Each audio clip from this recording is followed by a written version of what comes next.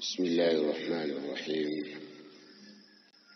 الحمد لله الذي أحيانا بعدما أماتنا وإليه النشور، والصلاة والسلام على المبعوث رحمة للعالمين محمد بن عبد الله ولي الصالحين، وعلى آله وأصحابه أجمعين، ومن سلك نهجهم إلى يوم الدين. اللهم علمنا ما جهلنا، وذكرنا ما نسينا، وانفع بنا ما علمتنا، وزدنا علما نافعا يا رب العالمين. قال رحمه الله تعالى: جماعة المسلمين، جماعة يا وإسلام. bado tuendelea na nukta hii akielezea nini makusudio ya jamaa ya waislamu, na kwa maelezo tuliyosoma jana alitoa kauli ya Abdullah ibn Mas'ud radhiyallahu anhu ambaye ameipokea kutoka kwake Amru ibn Maimun ya kwamba aljamaa ma wafaqa alhaqqa wa in kunta wahdaka. Jamaa ni yule aliyafiki haki hata kama kuwa peke yako.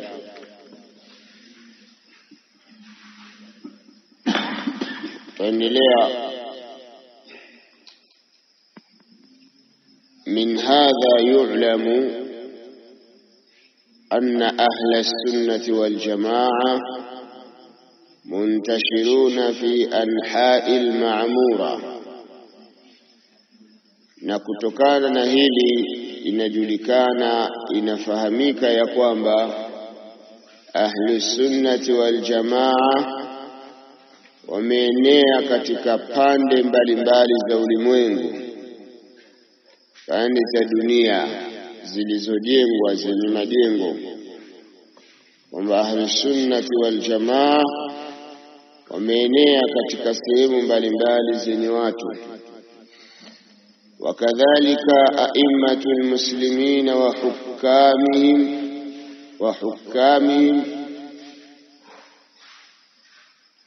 wakadhalika a'immatul muslimin wa hukamuhum.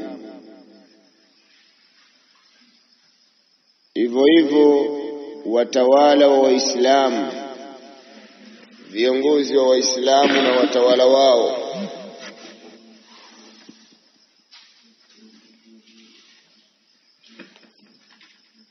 Man taghallaba ala baladin fi ayi jihatin yakunu lahu hukmu al-imam fi ayi jiha.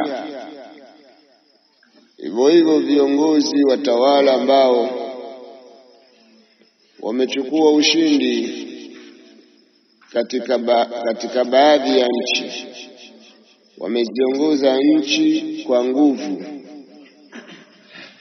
kwa sababu mtu anaweza kaitawala nchi kwa sababu ya nguvu, yani akaingia katika nchi akapindua jeshi akaichukua nchi. Katika upande wote ule yakunu lahu hukmu al-imam fi hadha al-balad, atakuwa ana hukmu ya mtawala katika nchi hiyo. Yani mtu ambaye ameichukua nchi kwa nguvu, ameipindua nchi akaichukua na tayari ashaliteka jeshi, huyu tayari anakuwa ni mtawala, inatakiwa kumtii.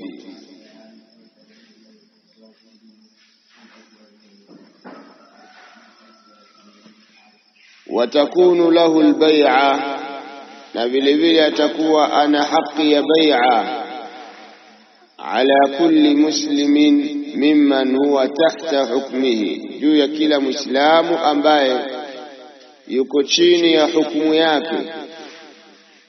Wakadha as-sam'u wat-ta'a fi ghairi ma'siyati llah, hivyo hivyo ana haki ya kusikizwa, ya kumsikiliza na kumtii katika yasiyokuwa maasi ya Allah, katika jambo ambalo si kumwasi Allah tabaraka wa taala.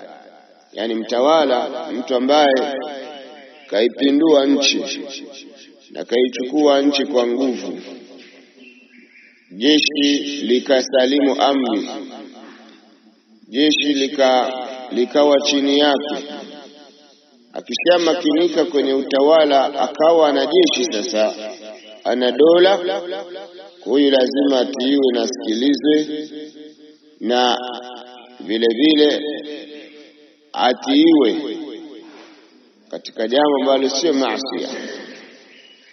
Usije ukasema mimi sikumchagua bwana, mimi wala simtambui. Sheria tayari inamtambua. Ni sawasawa katika nchi zetu hizi, mifumo ya kutawala ni mifumo ya demokrasia, mifumo ya vyama vingi. Mtu aliyetawala sio chama chako, sio ukasema mimi anihusu. Lazima umtii na umsikilize, kwa sababu tayari kashakuwa kiongozi, hata kama sio chama chako, hata kama ukumpigia kura wewe. Kama mimi sijampigia kura, nielewa hivyo. Wa hadha at-ta'addud lil-a'imma qa'imun hatta ta'uda al-khilafa ala minhaj an-nubuwah kama warada fi hadithi Rasulullah sallallahu alaihi wasallam. Na huu mgawanyiko wa watawala, kwamba mtawala huyu anatawala nchi fulani na huyu nchi fulani, ni wenye kuendelea, kwa sababu ndo ulimwengu ulivyo, mpaka pale utakaporudi ukhalifa katika njia na mfumo wa Mtume sallallahu alaihi wasallam, katika njia ya Mtume sallallahu alaihi wasallam, kama ilivyokuja katika hadithi ya Mtume sallallahu alaihi wasallam. Zitakuja zama huko dunia nzima itatawaliwa kisheria, itatawaliwa na Uislamu, na khilafa kama khilafa ya Mtume sallallahu alaihi wasallam itafanya nini? Itarudi. Qala alayhi salatu wassalam, takunu an-nubuwatu fiikum ma shaa Allah an takun. Mtume sallallahu alaihi wasallam asema utakuwa unabii katika nyinyi kipindi ambacho Allah atataka uwe huo unabii na huo utume. Mtume kwa yeye mwenyewe ndio wa mwisho, ndio nabii wa mwisho na ndio mtume wa mwisho. Ina maana ndio hicho kipindi anakizungumzia yeye. Thumma yarfa'uha Allah idha shaa an yarfa'aha, kisha Allah atauondosha huo utume kwa kipindi atakachokitaka kuondosha. Na utume wenyewe aliuhitimisha kwa mtume wake sallallahu alaihi wasallam. Thumma khilafa, kisha baada ya utawala wa utume itakuja nini? Khilafa ala minhaji nubuwa. Khilafa hiyo itakuwa katika minhaji na njia ya utume, yani utakuja kuwepo utawala ambao unaenda katika misingi ile ile waliokuwa nayo mitume wa Allah. Fatakunu ma shaa Allah an takun, hiyo khilafa itakuwa kwa ambacho Allah atataka iwe. Thumma yarfa'uha Allah idha shaa an yarfa'aha, kisha Allah ataiondoa hiyo khilafa pia kwa muda ambao atataka kuondosha. Thumma yakunu mulka, kisha utakuwepo ufalme, utakuja utawala wa kifalme 'adha, yani utakuwepo utawala wa kifalme ambao utaendelea ukiwa umeshikilia, ukiwa umeng'ang'ania. Fayakunu ma shaa Allahu an yakun, utaendelea, utabaki kipindi ambacho Allah atataka ubaki. Thumma yarfa'uhu Allahu idha shaa Allahu an yarfa'aha, kisha Allah atauondosha huo ufalme kwa kipindi atakachotaka kuondosha. Thumma takunu mulkan jabariya au jibiriya, kisha utakuja utawala wa nguvu. Ule ulikuwa wa kawaida na wenye kuendelea, umeelewa? Ni utawala wa kawaida, ni ufalme wa kawaida. Sasa utakuja ufalme na utawala wa nguvu. Watu watawala kwa mabavu, mwenye ubavu mkubwa ndo anayetawala, na wenyewe utaendelea kwa kipindi ambacho Allah atataka uendelee. Thumma yarfa'uha Allahu idha shaa an yarfa'aha, kisha Allah atauondosha huo ufalme kipindi atakachotaka yeye. Thumma takunu khilafatun ala minhaji nubuwa thumma sakat, kisha itakuja khilafa kwa manhaji ya mitume. Khilafa hiyo itakuwa kwa mwongozo wa mitume. Baada ya hapo kisha kanyamaza Mtume sallallahu alaihi wasallam. Naona haya maneno ya Mtume sallallahu alaihi wasallam, namna utawala utakavyokuwa baada ya utawala wa nguvu wa mabavu. Basi itakuja khilafa ambayo itakuwa katika minhaji nubuwa. Fahamtu? Kwa hiyo alhasil ni kwamba ikhwan, huko mbele huu utawala unaoendelea kwa sasa hivi unazingatiwa, utawala wa kidemokrasia nini, lakini itafika huko mbele utawala huu utaisha, utakuwepo utawala wa kisheria. Fahamtu? Utakuwepo utawala wa kisheria. Sasa kipindi ambacho atakuja Mahdi wa kisalafi, sio Mahdi wa kishia. Fahamtu mekwa. الراوي النعمان بن بشير تخريج مشكاة المصابيح يا شيخ الألباني. وفي آخر الزمان يظهر المهدي المنتظر كما أخبر بذلك النبي صلى الله عليه وسلم في أحاديث متواترة. نكتك زمشو atadhihiri al-Mahdi, Mahdi anayengojewa, anayesubiriwa, Mahdi wa kisunna, Mahdi wa ahli sunna, sio Mahdi wa kishia, ambaye atakuwa jina lake lafanana jina la Mtume sallallahu alaihi wasallam. Fahamtu mekwa? Na jina la babake lafanana jina la babake Mtume sallallahu alaihi wasallam. Anazo alama zake ambazo zimetajwa, wala sio yule Mahdi anayedaiwa na makadiria, makhurafi, masufi wale. Wala sio Mahdi wa mashia, mayahudi. Fahamtu? Huyu ni Mahdi ambaye ametajwa katika hadithi za Mtume sallallahu alaihi wasallam ambazo ni mutawatira, bi annahu yadhharu rajulun fi akhir zaman min ahli baitihi, ya kwamba atadhihiri mtu katika zama za mwisho ni anatokana na familia ya Mtume sallallahu alaihi wasallam, min ahli baiti, kutoka katika familia ya nani? Ya Mtume sallallahu alaihi wasallam, katika wale ambao wananasibishwa na familia yake na watu wake. Hilo ndio la kwanza. Mahdi wa sunna, Mahdi wa ahli sunna wal jamaa ni katika ahlul bait. Fahamtu? Kwa hiyo lazima tutaangalia nasabu yake mpaka kufika huko. yuwafiqu ismuhu isma an-nabiy sallallahu alaihi wasallam, jina lake litafikiana na jina la Mtume sallallahu alaihi wasallam, Muhammad. Fahamtu? wasma abihi ala ismi abihi, wasmu abihi ala ismi abihi, na jina la baba yake Mahdi litakuwa liko katika lafanana na jina la baba yake Mtume sallallahu alaihi wasallam. Yatawalla imrata almuslimin, atachukua taongoza utawala wa Waislamu yeye. Wa yuayidu Allahu bihi din, na Allah tabaraka wa taala ataipa nguvu dini kupitia yeye. Allah ataipa nguvu dini hii kupitia yeye. Wa yamla'u al-ardha adla, na ataujaza ulimwengu uadilifu, ataijaza ardhi uadilifu, na atatawala karibia ulimwengu mzima.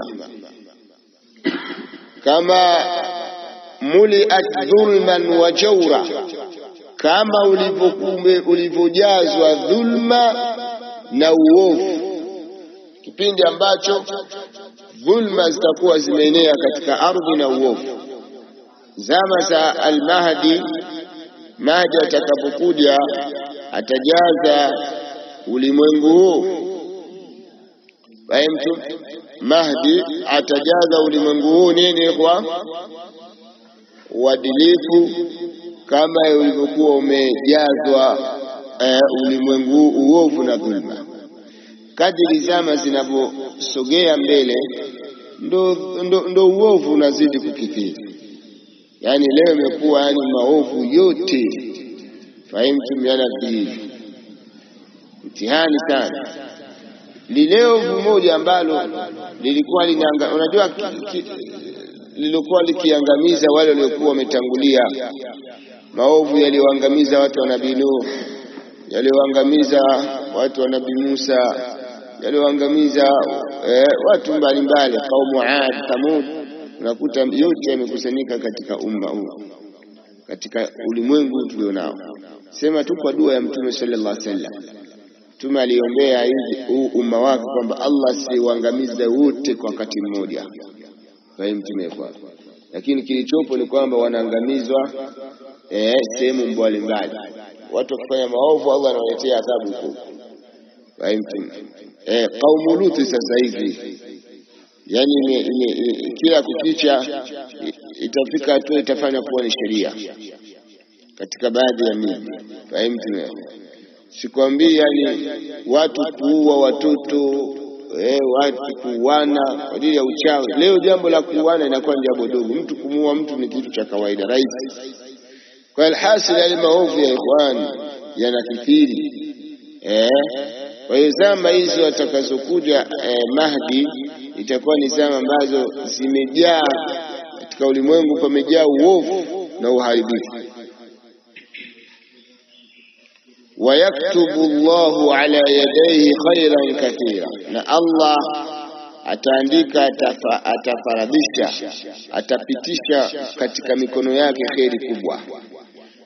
Mtu kupitisha kwa Mahdi atakapokuja, khairi zitapatikana kubwa nyingi. Watan'amu al-ummatu fi ahdihi ni'matan lam tan'amha min qabl, na umma utaneemeka katika zama zake kwa neema ambayo haujapata kuneemeka kabla ya hapo, zama za Mahdi. Mtume kwa. Baada ya nukta hiyo tuingia kwenye nukta nyingine, shar'iyatul imama, sheria ya utawala, ya kuwepo utawala. Mtume kwa. Sheria ya kuwepo utawala katika Uislamu, sheria ya utawala katika Uislamu.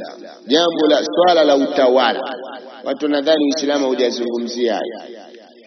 Wanapokuwa wanapewa nasaa watu waache fikra za takfiri, fikra mbovu. Watu wanasema nini mnachojua, mnajua mambo ya dini. Wako watu waliotukana maulama, wakina Safarul Hawari, Salmanul Auda, maulama wanawapa nasaa waache kuchochea vurugu na fujo. Wao wanawadharau wanachuoni kwamba hawa hawajui isipokuwa mambo ya hedhi na nifasi tu. Mmenielewa? Hawajui. Kwani nini? Tusiende mbali, Irunga kuna mtu alikuwa na dharau kwa mashekhi kama Irunga. Kiumbe alikuwa na dharau mbaya sana, alikuwa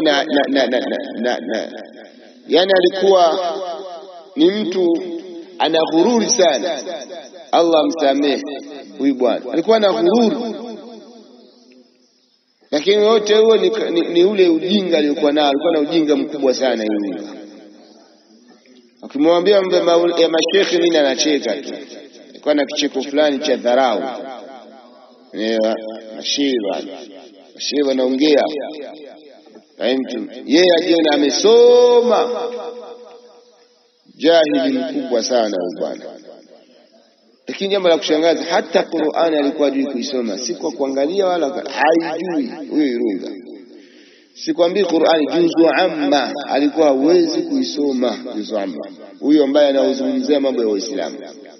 Lakini wanakuta kwenye kelele na mfumo Kristo, mfumo Kristo si mfumo Kristo, kuzungumza mambo ya Uislamu na kuwatia Waislamu kwenye matatizo. Mtu kama huyu Allah amsamehe. Sasa watu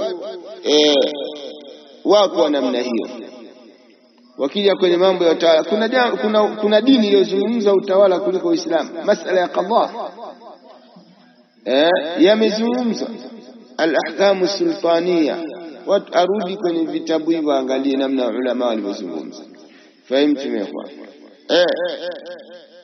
sema tu wao wanataka maulama wazungumze kwa fikra zao na mitazamo yao.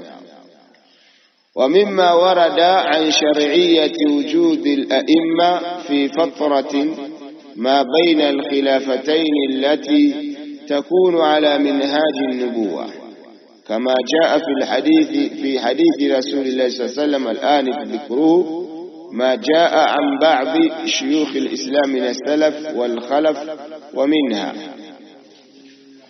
Miongoni mwa yaliyopokelewa kunako sheria ya kuwepo watawala katika kipindi, kwamba watakuwepo watawala katika kipindi ma baina al-khilafatayn. Ni hadithi ambayo imezungumzia kwamba watakuwepo watawala watakuwa baina ya khilafu mbili ambazo zitakuwa katika minhaju nubuwa, kama ilivyokuja katika hadithi ya Mtume sallallahu alaihi wasallam al-anifu dhikruhu, iliyotajwa hivi punde kwamba utakuja khilafa, baada ya khilafa utakuja utawala, baada ya hapo utakuja utawala. Hadithi yaonyesha kwamba lazima utawala utakuwepo, kwamba ulimwengu hautoenda hivi, lazima litakuwa, hata kama huo utawala utakuwa na tofautiana. Kuna utawala ambao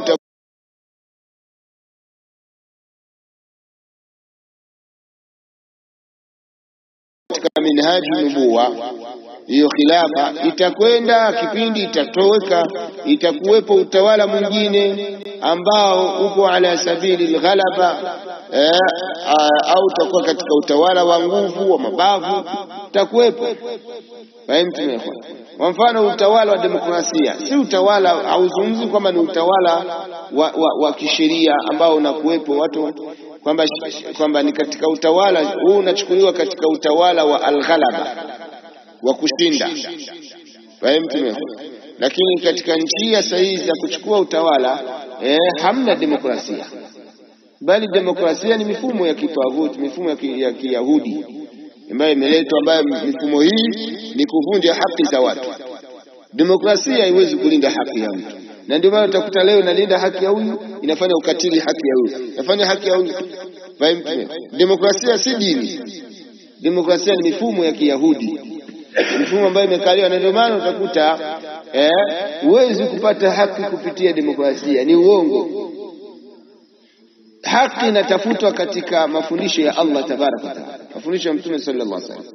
Yani ni muache vitabu vya Allah mwingie kwenye demokrasia. Na ndio maana utakuta leo katiba mpya, hiyo katiba mpya ikija, hata kama katiba utatunga wewe na baba yako chumbani mkaimaliza, vile vile utakuja baadaye uipinge.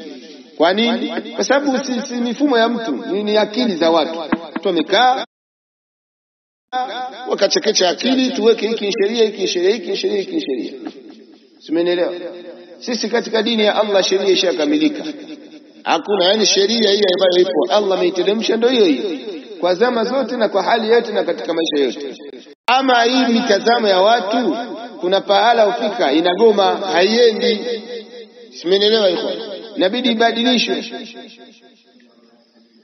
Kwa mfano sheria yetu ya Uislamu kwamba yani kitu ambacho mfumo wote wa kutafutia haki kama haupo ndani ya Uislamu haukubaliwi. Haufanyi nini? Kuna mifumo ambayo imewekwa katika Uislamu ambayo raia anaweza kaitumia kutafuta haki yake kwa mtawala. Hiyo mifumo ipo. Umeelewa? Kama vile kumwombea dua huyo mtawala. Kumwombea dua nzuri mtawala wako ni sababu ni mfumo mzuri wa kutafuta haki yako kwa mtawala wako. Kumwombea dua nzuri, Allah muongoze. Umeelewa? Lakini tukirudi kwenye demokrasia inakuruhusu kumchamba huyo mtawala. Achilia mbali wa dua, kumchamba na kumkosoa hadharani. Katika Uislamu mfumo wa kutafuta haki ya mtawala kwa mtawala wako ni kumnasihi na kumshauri, lakini kwa siri. Hatuna katika Uislamu mfumo wa kutumia nini? Wa kutumia maandamano. Lakini demokrasia wanatumia nini? Maandamano. Yanaanza yanakuwa ya amani, mwisho yanakuwa ni ya nini? Ya mitihani. Fahimu tumekwa. Kwa hiyo hata mifumo ya utawala pia ipo iliyozungumzwa kisheria. Lakini sasa inapofika watu wakatawaliwa kwa mifumo hii ambayo sio, kwa mfano kama mfumo wa demokrasia, Uislamu haukubaliani na mfumo wa demokrasia. Lakini sasa mtu ndo kashatawala kwa mfumo wa nini? Wa demokrasia. Na ndo kashika jeshi, tutamtii. Na huyu mtawala tutamzingatia kama katika wale waliotawala kwa nguvu. Umeelewa hivyo? Waliotawala kwa nini? Kwa nguvu. Lakini lazima uwepo utawala huo. Utawala lazima uwepo. Sawa sawa ametawala kwa nguvu au ametawala kwa njia za kisheria. Lakini lazima uwepo. Sawa sawa ametawala kwa nguvu au ametawala kwa njia za kisheria. Lakini lazima utawala huo ufanye nini? Uwepo. Ndio maana akasema utakuja utawala ukiwa katika minhaji ya mitume, na kama vile utakapokuja utawala ambao hauko katika minhaji ya mitume. Fahamu? Kwa hiyo utakuta hizo ni zama ambazo, na wewe utawala utafuta katika ulimwengu mzima au katika baadhi ya maeneo. Kwa hiyo hii hadithi kaonyesha moja kwa moja kwamba utawala utakuwepo. Na vile vile ma jaa an ba'd shuyukh al-islam min as-salaf wal khalaf, ni yale ambayo yamekuja kutoka kwa baadhi ya mashekhi wa Kiislamu katika salaf na khalaf, katika wema waliotangulia, katika maulama waliotangulia na wasasa. Fahimu tumefahamu. Sheikh al-Islam Ibn Taymiyyah rahimahullah ta'ala sema fakanat nubuwatu an-nabi sallallahu alayhi wasallam nubuwatun wa rahma, ulikuwa unabii wa mtume sallallahu alayhi wasallam ni unabii na ni rehma. Ni unabii lakini hapa hapo ni utawala pia.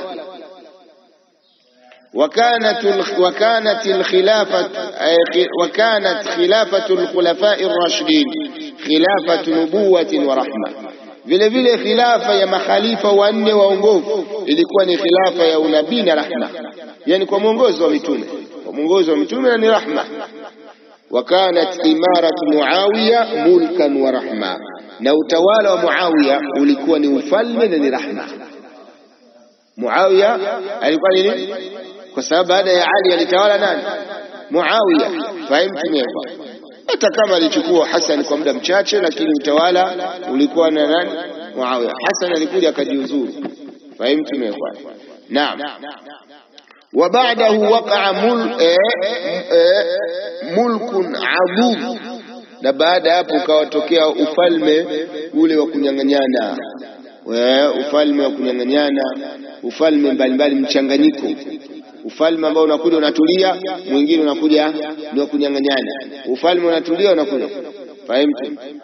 Katika khilafa, katika daula ya Umawiya sasa Abbasiya, hali ilikuwa ngumu. Tutakuja kusoma yote haya. Fahimu namna hali ilivyokwenda katika hizi katika daula mbili, Umawiya na Abbasiya. Kwa hiyo baada ya hapo ukawepo huo ufalme wa kunyang'anyana, huyu anatawala, huyu anatawala, lakini uliendelea. Ufalme mzuri wa kawaida, ufalme wa mabavu. Fahimu tumefanya. tumalizie kauli. Waqala aidan, amesema pia Sheikh al-Islam Ibn Taymiyyah rahimahullah, wasunnatu an yakuna lilmuslimina imamun wahid, na sunna wanatakiwa waislamu wawe na mtawala huyo mmoja, walbaquna nuwabu, na waliobaki wawe ni manaibu wake. Umeelewa ikhwan? Wawe na hivyo ndivyo inavyotakiwa asili, kwamba anatakiwa awe mfalme mmoja, na kadri mfalme anapokuwa mmoja au mtawala anapokuwa mmoja ndio watu wanakuwa wanashikamana. Kabla ya hapo, kabla ya hii migawanyo ya nchi ya kiulimwengu ya kijiografia, nakuta mtu anakuwa mfalme karibia Afrika, yani Afrika moja nakuta yupo mmoja, au nchi kama 5 hivi nakuta mmoja. Lakini ilipokuja hii mifumo na migawanyo ya kijiografia, basi akawa kila mmoja na mipaka yake. Na ndani ya nchi moja atakiwa awepo mtawala huyo mmoja, sana kuwepo watawala wengi wengi. Fa idha furidha anna al-a'imma kharajat an dhalika,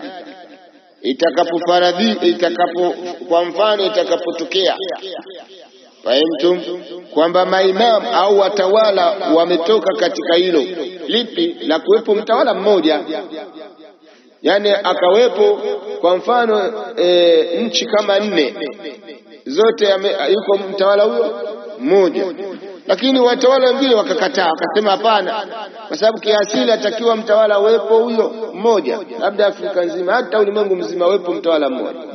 Lakini sasa wakakataa, kila mmoja na nchi yake, limaasiyati min ba'dhiha, kwa sababu baadhi yao wameasi, waajaza min albaqin au ghairi dhalik, na waliobakia wasiokuwa hao wakashindwa. Fakana laha iddatu aimma, ikawa dunia ina watawala tofauti tofauti, watawala wengi, kila mtawala anatawala kisehemu chake. Lakana yajibu ala kulli imam an yuqima alhududa wa yastawfi alhuquq, itakuwa ni wajibu kwa kila mtawala pahala pake alipo aisimamishe sheria za Allah na aitekeleze haki za raia ambazo amewekewa na Allah tabaraka wa taala. Kwa hiyo asili ni kwamba mtawala anakuwa mmoja na wengine anakuwa ni manaibu wake, fahimu tumekuwa. Lakini sasa wengine hawataki, kila mmoja anatawala mahala pake alipo, fahimu. Imekuwa sio Afrika basi, hata Afrika ina nchi, kila mmoja anakuwa anatawala nchi yake. Kwa hiyo kama hali itakuwa hivyo, inatakiwa kila mtawala pale pake alipo atekeleze, asimamishe sheria za Allah na atekeleze haki za ambazo amekabidhiwa, ambazo ziko juu yake. Na kwa hiyo haya ni katika adilla na nusus ambazo zinaonyesha sheria ya nini kwa sheria ya kuwepo utawala na kuwepo. Kwa hiyo lazima utawala uwepo, watu hawezi kuishi bila utawala. Sawa sawa utawala huo ni wa kisheria au si wa kisheria, lakini lazima utawala ufanye nini, uwepo, ili mambo yaweze kwenda salama, Subhanakallahumma bihamdik, ashhadu an la ilaha illa anta, astaghfiruka wa atubu ilayk.